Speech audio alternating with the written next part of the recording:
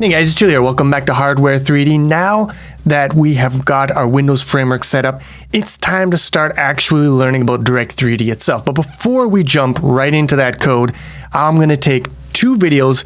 I'm going to introduce to you guys some background theory regarding Direct3D. So in this video, we're going to talk about the architecture of COM, and in the next video, we're going to talk about the architecture of components in Direct3D 11. So the topic for today is COM, that stands for Component Object Model. It's technology by Microsoft that is the foundation for a ton of their software, including Direct3D, which is fundamentally built out of COM. Now, there's bad news, and that is that COM is a kind of a complicated system with a lot of features. It's a little bit difficult to master, but we've got a couple of bits of good news. First of all, although it is a bunch of complicated bullshit, it's pretty well designed complicated bullshit, and that counts for something. The second bit of good news is that the Direct3D API hides most of that bullshit from you, so you don't need to be a COM master to use Direct3D. But it does help if you have a general idea about COM. And that's the goal of this video. I can't turn you into a COM master in 30 minutes, but I can give you a vague idea about COM, and that's going to be more than enough to give you a nice advantage when you're getting started in Direct3D. Now, to understand COM, why it exists, and the main problem it solves, you need to understand binary compatibility. So C++ is designed to reuse software components or classes via source code, not via compiled binary objects, because the C++ standard doesn't dictate much regarding the layouts of binary data. Let's take a look at a fictitious example here. Two compilers, pubes++ and cuckpp, and they're mostly the same. They mostly generate the same binaries from the same source code, except they have a difference in how they handle virtual member functions. So in pubes++, it uses a virtual function table, and every object that has virtual functions will have a pointer to a table of the virtual functions that it supports. And cuckpp does the same thing, but the difference is that the pointer is at the end of the object, whereas in pubes, the pointer is at the front of the object. So that's the main difference between these two compilers. All right, let's take a look at a situation now where this code here was compiled in pubes++ as a DLL. So it compiled the code here for this class library here for derp, let's say. And now cuckpp wants to consume that binary. It wants to use the code that was compiled in the DLL for pubes++. So first of all, we have to note that when you're compiling and when you want to access that code in the DLL, you're still going to need the header file for the derp class, because you need that information. It's not stored in the DLL or anything. So you can't get away from requiring some source code. But let's say you've got a proper definition of the derp class and its parent. Now you want to construct a new derp. So what happens is the cuck compiler is going to generate code to allocate that memory, and then it is going to link and call this constructor, derp. And derp is going to initialize that memory, and it's going to do a bunch of stuff, but it's going to put that pointer to the v table at the beginning of the object here. And it's all initialized, and then when we use our handle on the derp object, and we want to call a virtual function, cuck is going to use its virtual dynamic dispatch mechanism to try to resolve that function call. Only cuck expects the v table to be at the end of the object, but it's actually at the beginning of the object. So at the end of the object is some random data. We don't know, but it's probably not going to be a pointer to a function that we want to call, and we're going to shit the bed, right? Because they're incompatible. They both have different expectations on how data should be laid out, how binary data is going to be laid out in memory. And although these compilers are fictitious, this difference is actually a real difference in the real world, because this is how MSVC does its virtual functions, and this is how GCC does its virtual functions. So these things exist, but this is only one possible difference out of many. It's a simplified story, but I think you get the picture. You can't generally have binaries interacting between different compilers in C++. And even different versions of the same compiler, they don't have guaranteed compatibility in many cases. And there we have the main goal and feature of COM. It's binary compatibility. COM gives us a standard for creating and interfacing with reusable software objects at the binary level. We can have binaries on the machine that can be used by other software without the need to access source code or the need for recompilation. We get a stable interface so that if a binary that you depend on is recompiled, the clients that depend on it will not be broken.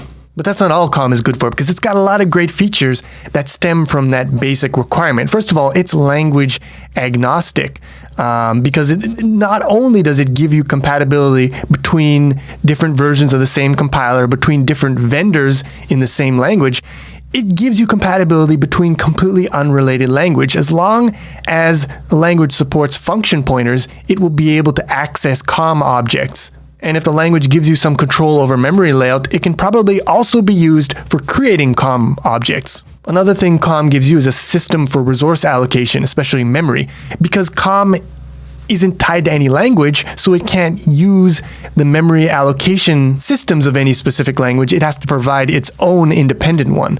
And it's the same for creating objects then. It gives you some factory functions that give you a language-independent way of creating objects in memory, which are managed at the COM side, and central registry of objects that can be accessed by ID. So every COM object has a unique ID. You pass that ID to a factory. The factory looks up in a central registry, finds the object, creates the object for you, and returns to you a handle to the object, an interface. And that's another thing about COM, is you interact with objects in terms of interfaces, in terms of the functionality that they provide, not in terms of the underlying type. So you don't ever really bind to a concrete object type in COM, you bind to interfaces, and that supports polymorphism, because if the concrete object type changes, your code will still work as long as it supports the same interface. COM also gives you amazing encapsulation without any kind of language support. It gives you stronger encapsulation than C++. It supports, thread safety, and it supports distributed computing. You can create COM objects on a remote server and execute their methods. It's got a lot of great shit going for it. Now, if you want to understand COM, it's essential that you understand the software design concept of an interface. This is going to be familiar to people with a background in C# or Java or PHP, or you just understand general object-oriented patterns even in C++. You're going to know this stuff. So to make sure we're all on the same page, let's do a quick overview of the concept of interfaces. So let's say we've got a couple of classes, orc and troll. And we want a function punch that'll be able to punch orcs and trolls. So what do? Well, in classic object-oriented programming, we say, well, orcs and trolls are both types of enemy. So we make them inherit enemy, and we factor out common functionality into the enemy class, and then specializations go into orc and troll, and then we can make a punch function that accepts any type of enemy and allows us to punch anything that's an enemy, and that's great. But now let's say we also want to be able to punch a treasure chest. You can punch a treasure chest and open it up. Well, treasure chest can't really inherit from enemy. It doesn't make any sense, does it? So what are you going to do? Well, you can make another base class, and you could call it, I don't know, punchable. And now all things that are punchable inherit from this punchable class. And then we could make the punch function take a punchable instead of an enemy. And now it can work on orc, troll, and chest. And that would technically work, but it's a bad design. It adds more depth to our inheritance tree, which is usually a bad thing. And now we're lumping in a whole bunch of things together in the same hierarchy that aren't really very closely related. Chests don't have much relation to trolls and orcs, except because of the fact that they can both be punched. That's really the only thing they have in common. So this is bad OOP. Now let's say we want to add another function, open. And we want to be able to open, things like chests or doors. So what should open take as its type? Well, if it takes a punchable, you'll be able to open trolls and orcs. That doesn't make any goddamn sense, right? If you take only chest, then you'll be able to open chests, but not doors. Same for door. So what are we going to do here? We're kind of screwed, aren't we? So the solution is we declare punchable not as a base type, not as a category that these guys fall under, but instead as an interface. An interface is kind of like a contract that says anything that implements this interface is going to be guaranteed to have a certain set of functions that can be used to interact with it. So we can say, okay, all enemies implement the punchable interface, and also chests will implement the punchable interface, and that will have a subset of functions that is required to punch them. So now we can make a punch function that accepts anything that is a punchable, anything that implements the punchable interface, and it'll work with that stuff. But this doesn't say anything about the category of chests. It doesn't say that chests belong to the same category of things as enemies, just that they both happen to be things that you can punch. And then we do the same thing for openable. We make an openable interface, and doors and chests will support openable. And then we make our open function take a reference to any object that implements the openable interface. So here we can see, interfaces, they do a few things. Anything that implements interface punchable will have to implement the set of functions declared in punchable.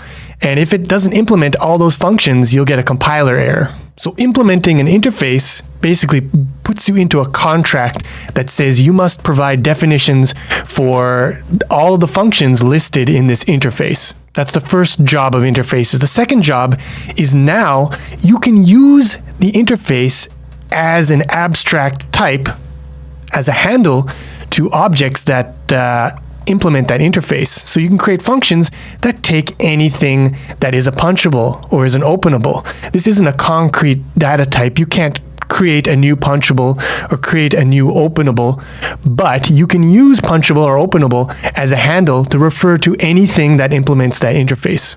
Here's an example of interfaces in C#. You declare an interface. You say that all types that implement this interface will have to provide a definition of show transaction and of get amount. And then you create a class, a concrete type transaction that implements iTransactions. And here you give the definition of, get amount and show transaction, thus satisfying the contract of this interface. Now, there is no interface keyword in C++. And why is that? Well, in languages like C# and Java, you're not allowed to inherit from two different types at once. So if openable were a class and punchable were a class, you cannot inherit from both of these at once in C#. But you can implement any number of interfaces you want. But in C++, you don't have that restriction. C++ supports multiple inheritance, so you can inherit from openable and from punchable, even if they're both just normal classes. And so the way you do interfaces in C++ is basically you create these classes, openable and punchable, as purely abstract classes. They don't contain any function definitions. They only contain pure virtual functions. And then when you do multiple inheritance with these guys, you're basically doing the same thing as doing interfaces in C# or Java or PHP or whatever. And now you might be wondering, that's great, Chili, but how does this tie into COM? And the basic idea is in COM, you're going to tell some kind of a COM factory object or a factory function to make you a COM object. And it'll create that object on the COM side, but it'll give you an interface pointer or handle to that object. So you never deal with these objects in terms of their actual underlying type. You only deal with them in terms of interfaces. And that's actually a really good thing, because now our code here only expects that interface. And later on, the maker of the COM library here can decide, I want to change this object. I'm going to turn it into COM object version 2. So when you say, make me a sandwich, now instead of giving you COM object, it'll give you COM object v2. But the interface will be the same, and the client-side code will have no idea of the change. You could even, when the client asks for a sandwich, you could make it create a completely different type of COM object.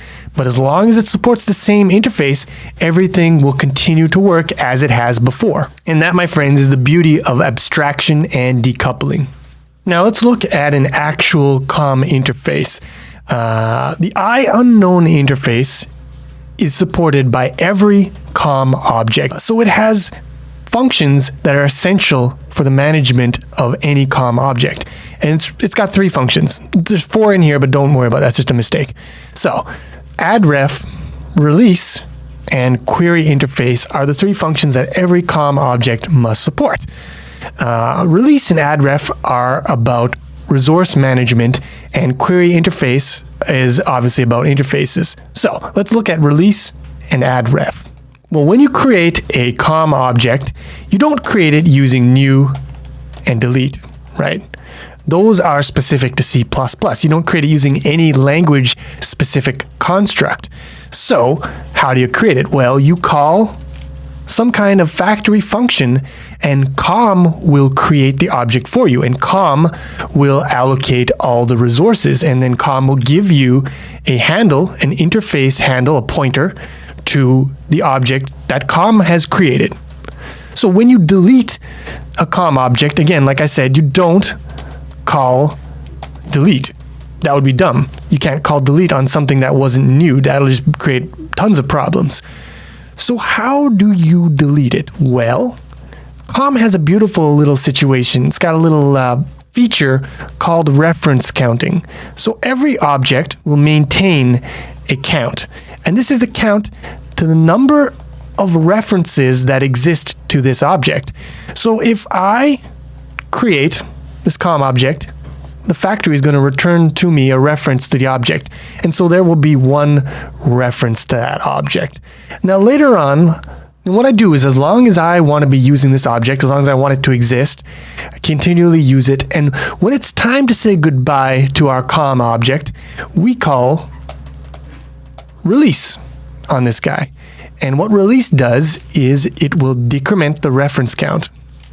And if that reference count is 0, that means, okay, nobody cares about this object anymore. It's time to say goodbye. Good night, sweet prince.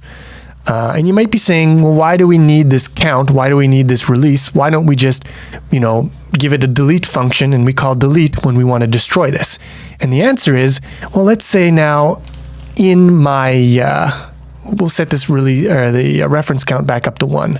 And now let's say in my function, in my code here on the client side, I want another part of my code to also be referencing this COM object. So I have another something interface handle to this object. And now that I've got 2 things handling this object, well, if I call release here and destroy the object, then this one is going to have a pointer to something that doesn't exist anymore, and vice versa. That's not a good situation. So what you do is, whenever you get another handle to this object, another part of your code also wants to deal with a COM object, you call addref, and that increments this. So now this is 2. And now, no matter who decides that they don't need this object anymore, let's say now here we don't need this object anymore, we call release, that decrements it back down to 1, but it doesn't destroy the object because the count is still not 0. So this guy can still keep working with the object. And then when this guy is also done with the object, this guy calls release, and it goes to 0, and now it's destroyed. So the basic idea is, when the object is created, you have 1 reference, and that's returned here. Whenever you increase your references, you call addref. That increments this number. Whenever you're done with a reference, you call release. That decrements this number. This count here keeps track of how many things are referencing the COM object. And when the count goes down to 0, you destroy the object. That's the basic idea. And just as a little side note, this is basically the same idea that shared pointer uses in the standard library. It uses reference counting. Now, the other function that's a part of the IUnknown interface is query interface. And what this guy does is, well, you call it on a COM object, and you pass it an interface ID. So every interface in COM has its own unique ID, which is the big string of bytes. So you give it an ID for an interface, and you give it a pointer to a pointer. And what it'll do is it'll check the object, and it'll see, does it support this interface? And if it does, it'll fill this pointer with a pointer to that interface in the object. Well, let me give you a scenario here. We've got a handle to a COM object using the IUnknown interface. So we've got an handle here, but we can only do add reference, release, and query interface. But we have a suspicion, we expect that the underlying object here, it also supports the iButs interface, and that's going to have some more functions that'll be useful to us. So in order to get access to that interface and to start using it, we've got to call query interface. So we use the ID of this interface, iButs, and we pass the query interface function a pointer to this pointer. And then what query interface will do is it will check that interface ID against the interfaces supported by my COMI object, and it'll say, okay, yeah, this thing does support iButs.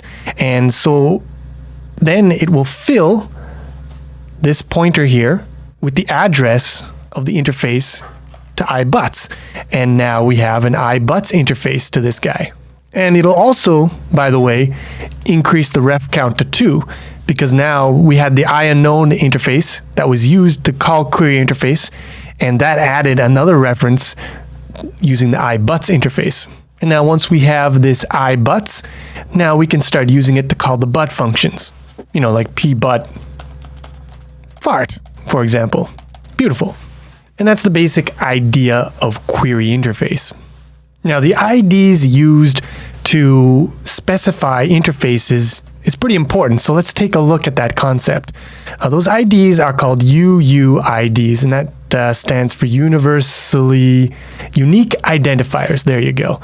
And that's important because the identifiers for these interfaces, they have to be unique across the entire system. In fact, across the entire network, because COM is distributed, right? So obviously that means it's going to have to be a pretty big number, and it is a pretty big number. Here's the text representation of a UUID. That's a lot of bits. And you don't just choose them at random either. When you create an interface, when you're creating your own COM objects, you would use a utility that Microsoft provides that'll guarantee that you have an identifier that is globally unique or universally unique. So when you use query interface to specify an interface or whatever, you could look up the UID for that interface and pass it into the function, but that would be a big pain in the butt. Luckily, Microsoft and Visual Studio, they provide a whole bunch of compiler extensions that make dealing with COM a lot easier. And one of the things they have is, well, you've got header files that declare these interfaces as C++ types. And they also include the universally unique ID inside of this class type. And then you can use a special function called UUID of on that interface type, and that will extract the UID that you can then pass to COM functions. To be honest with you guys, we won't be using query interface itself very often, if at all, but there will be other query interface like functions that we will be using that take UUIDs. All right, now let's take a look at a little example of some code that will consume a COM object. So this simple code here just gets the name, the full path of the active Windows wallpaper. So the first thing is when you want to use COM, you have to initialize the COM subsystem. So you call co-initialize. Luckily, we won't have to do this in Direct3D. It does that automatically. Like I said, it handles a lot of the details of COM for you. But in general, when you're just working with COM directly, you would have to call COM initialize before you do any COM stuff. And at the end, you would call COM uninitialize. So then we've got a pointer here, interface, and we'll set that to null pointer to begin with, and a little buffer to hold the name of the wallpaper. Then we want to create the actual COM object. So we call this factory function, and it takes a UUID for the underlying object type that you're going to create, which is an active desktop object. It takes a pointer to the outer object, which for us, this doesn't matter. This is only used when you're aggregating COM objects, which is way outside of the scope of this video. But we set this to null pointer. So this specifies the context of the object that we're going to create. And there are a bunch of contexts you have. You have the process context, which is just for this current process. You have the local context, which is in the local machine. And you can have a remote context, which would put the COM object on some remote machine. And this value is the one that you're going to typically use. Then you pass in the UID of the interface that you want this function to return. So we want an interface to iActiveDesktop. So we get the UID of that interface using this special helper function.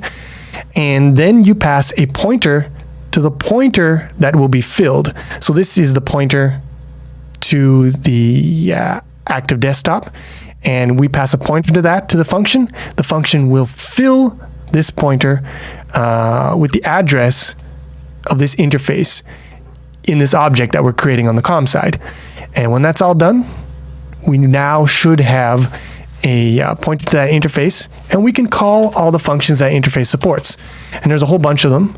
The one that we want is get wallpaper. We pass it a pointer to a string buffer and the size of that string buffer, and it will fill that buffer with the name of the wallpaper. And then we just output that onto the console, and then we're done. We run that. So here is the name of the wallpaper, my current wallpaper on my desktop here. Now, how many of you have noticed a problem with this code already? Well, when we're done with our interface, we should call release and release that bad boy. Now, of course, all that stuff will probably be released when we call uninitialize, or at least when the program exits. But again, it's always clean to release everything that you have acquired when you are done with it.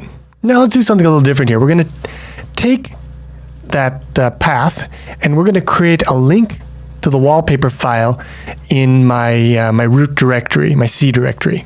So the first thing we do is we create a shell link object, and we get a shell link interface to that object.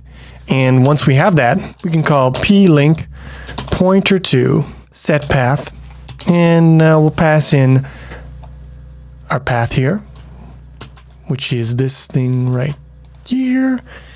And we've got a problem because this one is a wide string, and this set path takes a narrow string, which is a little bit of bullshit. So let's do a quick and dirty conversion here. So now we have a narrow character string that we can pass into set path, and that will set the path of our link object. Now, it's not enough to just set the path. You also have to save the file or persist the file. And in order to do that, you need to use the iPersist file interface. Now, this the object here, the shell link object, supports the shell link interface and the persist file interface. So we want to get a persist file interface out of that bad boy. So we call plink pointer to query interface, and we need the ID and then the pointer that will be filled, the pointer to the pointer. So the ID is going to be UUID of iPersist file. Yeah, do that. That's not what I wanted. You're messing me over. There we go. Having troubles. And then the pointer is just going to be a pointer to this pointer, persist. And it's void pointer to pointer, so we have to cast that. There we go. And now ppersist will point to that interface on the same object, and then we can call ppersist pointer to save. And we want the file name, which is supposed to be wide character if I'm not mistaken. So we'll go C, and we'll go wallpaper.lnk. That's the name that we want to save. And in here, remember, false. I don't know what that means, but it's supposed to be false. You can look it up if you're super interested. And there you go. We should have saved our dumb bullshit. And then we can call ppersist pointer to release, because we're done with that interface. And then we can call plink, pointer to release, because we're done with that interface. And then we can release com, because we're done with com. So this is a common problem. Microsoft Visual Studio doesn't like it when you use certain of these string functions because they're kind of unsafe, and it tells you to use their version instead, but that's a pain in the ass, so we can just disable that. And there we go. Now we're going to check out the C folder here, and we're going to run. So we'll step over get wallpaper, and it has got our path in here. And then we're going to release that interface, and we're going to output. That's great. Now we are going to get our iShellLink interface. Yeah, plink seems to have a decent pointer. Now we convert our wide character string, and it seems to have converted nicely. And then we call setPath, and maybe it worked, maybe it didn't. Now we're going to get our persist file interface. And it has been done. You can see here plink and ppersist. They're very close because their interface is on the same object. So they should be very close in address. Then we're going to call save. Then we're going to release our interfaces, and we're done. And if I look in my C folder, I now have a link to my wallpaper. And you can see here, that's the wallpaper. That's the one I use. So there you go. It's an example of using COM interfaces, UUID of, and using query interface, release, all that good stuff. Now the final thing we're going to look at here is just basically the layout of a concrete COM object in memory and how that relates to interfaces. So COM object, at its beginning, it is going to have one or more of these pointers, a pointer to a vtable. And all a vtable is it's a structure or an array of function pointers. And that represents the interface. So this pointer to vtable represents one of the interfaces of this COM object. And if you had a COM object with multiple interfaces, it would look like this. You would have two vtable pointers, and each one of these vtables would be a list of all of the functions in that interface. Now this might be familiar if you're familiar with how C++ works, because in virtual functions in C++, if you have an object with virtual functions, the first bit of data in that object is going to be a pointer to a vtable, and that is going to give you pointers to all of your virtual functions. And that's the mechanism that enables that dynamic binding at runtime for the virtual functions. So while COM can be used with any language, it's very much designed with C++ in mind, so that the concept of interface pointers maps directly to virtual function tables in the Microsoft Visual C++ implementation of virtual function. So let's take a look at the actual definition of this iShellLink in the header file. We can go to the definition. We can see it's got the standard Windows stuff of the A and the W versions.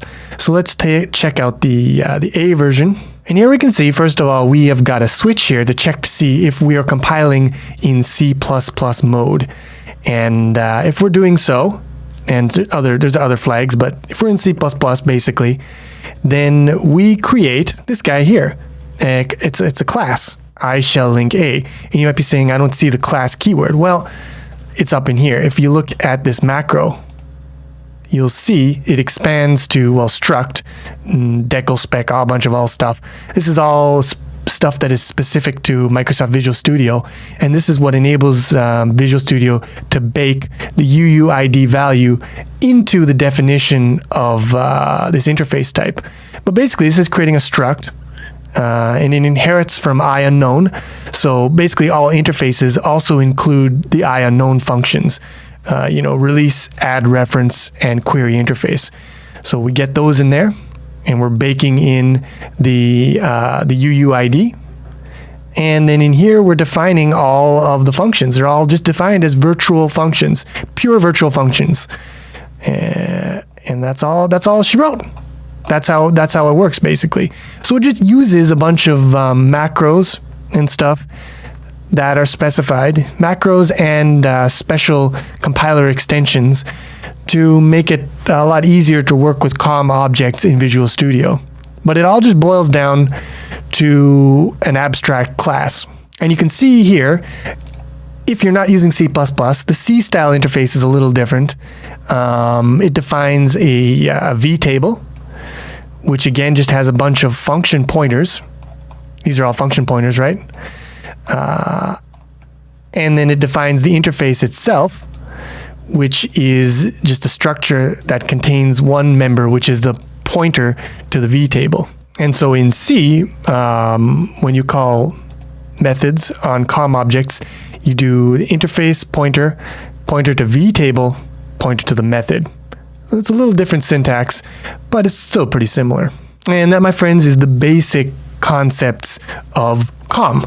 Now there's a whole bunch of other stuff. There's a whole world of bullshit we could get into about, writing our own custom COM objects, embedding, aggregating, registering, stuff about COM servers, distributed COM, but we don't give a crap about any of that garbage.